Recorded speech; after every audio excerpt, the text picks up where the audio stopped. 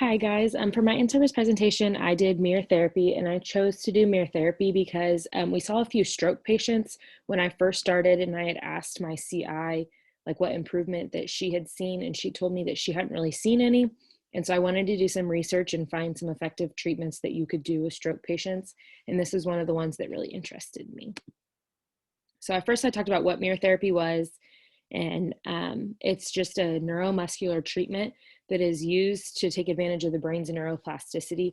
And so it really just it's a therapy that tricks your affected side into thinking that it is unaffected because you can see the unaffected side working, and then the mirror makes it seem like the affected side is working alongside it.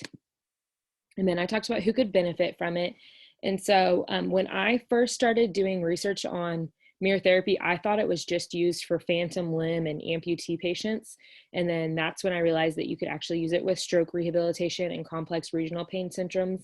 And then I didn't put this on here, but you can also use it for Bell's palsy, which I thought was really, really interesting because you don't think of a mirror being anything, but they make an actual app that you put next to your face and it flips it. And so then your affected side is doing the work, but the app makes it look like your unaffected side is. And so then that retrains the brain into thinking that it is.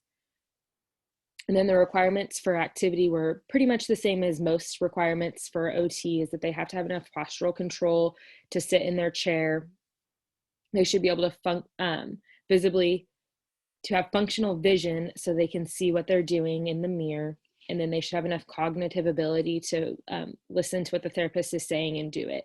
They should also need to be able to sit at the mirror for at least 10 minutes because you have to, for it to be effective, it has to be at least 10 minutes and then up to 30. And then the unaffected limb should be pain-free enough and have enough functional range of motion to allow participation in the activity, so then it is beneficial for the other limb.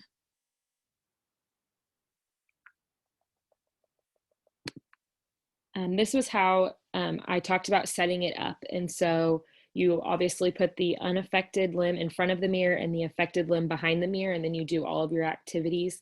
And then on this slide is when I talked about mirror therapy and how the boxes are actually pretty expensive. The cheapest one I found was around 80. And so, I mean, you could have one and work on it with your patients, or you could leave it. In home health, they leave a lot of their stuff with the patient to work on. And so if you want to make it to where more patients can use them or you have more of them, I talked about making your own to make it a lot more accessible. And so it's like you can get a mirror tile from Amazon or Michael's or anywhere that really sells craft stuff. And then you just glue it, or some of them peel and you can stick it to a foam board, and then you just bend the foam board back, and then you'll need another one on the bottom to bend it and make it look like that triangle that you see right there. And then it works the same, and it's accessible to a lot more people and a lot cheaper.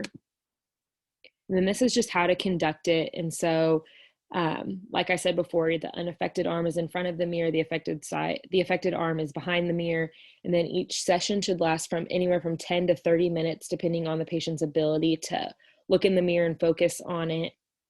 And then the more you do it, the more benefit there is. And so if you could put it in every treatment session, that's the most beneficial. And then I looked up some studies that just supported mirror therapy for stroke rehab. And this was some of them. That a lot of them talked about how there hasn't been much research on it until recently. And I thought that was really interesting because it seems like something that, why wouldn't you use it in the past? But a lot of the studies talked about how you use it with other therapy. Like you don't just go in and do mirror therapy alone. And so you would do it in combination with other therapy sessions or other activities. And so they talked about task-oriented training. And so you could do like a task-oriented thing in front of the mirror. And then it also talks about how it improves tactile sensation, which this is the one I found really, really interesting because you wouldn't think that like it would affect that, but it does. And so I thought those were some interesting studies. And then those were my references for the studies. I really enjoyed doing this because I felt like I learned a lot more, and it was fun to hear that like the OT department hadn't really used it a lot. I think we had one OT that said that she had used it, but then all the rest had not used it. And then I also got to present to the PT team, and it was interesting to see how many of them had used it. Like almost all of them have used it and could tell you exactly what to do and like studies on it. And so I thought it was interesting to see how PT versus OT and how that combined. And so it was really cool to see that. And that was my presentation in a nutshell.